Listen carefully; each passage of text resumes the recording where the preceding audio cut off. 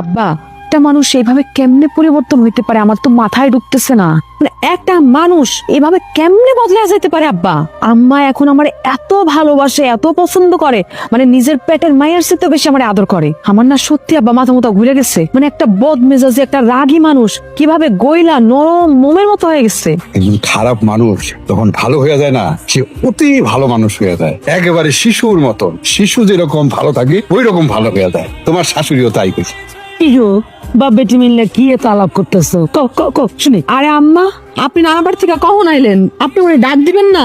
তোমার ডাক দিয়ে ডিস্টার্ব করতে চাই নাই। শোনো, বাপের বাড়ির থেকে আইসি ঠিকই, কিন্তু মনটা আসছিল বাড়ি। আমি থাকতেই পারতেছিলাম না, কোন রকমে একটা বেলা কাটাইছি।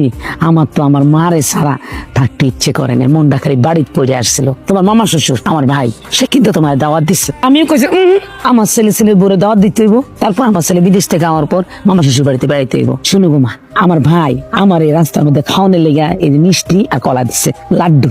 আমার তো এদিক দিয়ে নামতে এনেছিল না, কেমনে নামবো?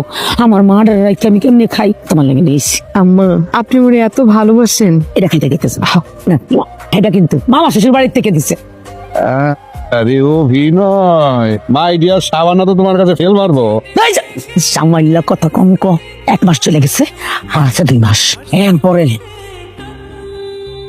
আম্মা, আমার শরীরটা খুব খারাপ লাগতেছে। কয়টা দিন ধরে আমার মনটাও খুব খারাপ লাগতেছে। আমি একটু আমার বাপের বাড়িতে যাই কয়টা দিন থাকতেছে। আম্মা, আপনি কি ভাবতেছেন? কি ভাববো তুমি বোঝো না? তোমার ছাড়া আমি কেমনে থাকবো? আমার তো দম আটকে আইবো। না না না, আমি তোমার যেতে দিব না। না আসলে আম্মা, আমার বাপ মা দুজনের কথাই আমার খুব মনে পড়তেছে। মানে আমি যদি একটু তাকে কবরটাও দেখতে পাই আমি খুব শান্তি পাবো। আর তাছাড়া আত্মীয় স্বজন কেউ তো জানে না, সবার অমতে আমি বিয়ে করছি, সবাই আমার উপর রাগ করে আছে। তাগুলোকে একটু দেখা সাক্ষাৎ হইলে একটু মনটা ভাল লাগবে। আমার ভেতরটা কেমন জানি শুকায় যেতেছে আম্মা। আমি কয়টা দিন যা থাইকা আসছি। ও লিজা, লিজা বৌমা, আমার মাথায় একটু তেল দিয়ে যাও তো। ও লিজা, কি হয়েছে? লিজা বৌমার এমনি ডাকতাছো কেন? বৌমা যে বাড়িতে নাই, ওর বাপের বাড়িতে গেছে, এটা কি বুঝলা গেছো? হ, খালি ভুইলা যাই। বৌমা আমার এত আদর যত্ন করছে, ক্ষণে ক্ষণে যে কাজ করতে যাই খালি বৌমার কথা মনে হয়। রান্না বাড়া কিছু হয়েছে? আমার কিন্তু অনেক খিদা লাগছে গো। আলু ভাত আর ডাল ভাত রান্না রাখছি, খাই এলাম। এই যে আমার বৌমাটা বাড়িতে নাই, শুরু হয়েছে খাওয়ানোর কষ্ট। বাস,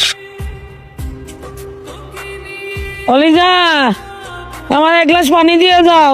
আবার লিজা লিজা ডাকতাছো? বৌমা তো বাড়িতে নাই, তুমি কি পাগল হয়ে গেছো? আমি পাগল হয়ে গেছি। আমার বৌমার পাগলে মায়ায় দরদে আমি পাগল হয়ে গেছি। সারাক্ষণ আমার খালি যত্ন করতো, কোনটা আগে আমার আইনা দিত। আরে লিজা রে, আরে বৌমা, আর তো বেশি দিন নাই, তুই তো বেশি দিন বাঁচতি না। আরে বোমা গো, তুমি যদি আগের থেকে শুরু থেকে আমার আদর যত্ন করতা, ভালো আচরণ করতা, খালি কি আমি এই আচরণটা করি না? আমি কি এই আকামটা করি না?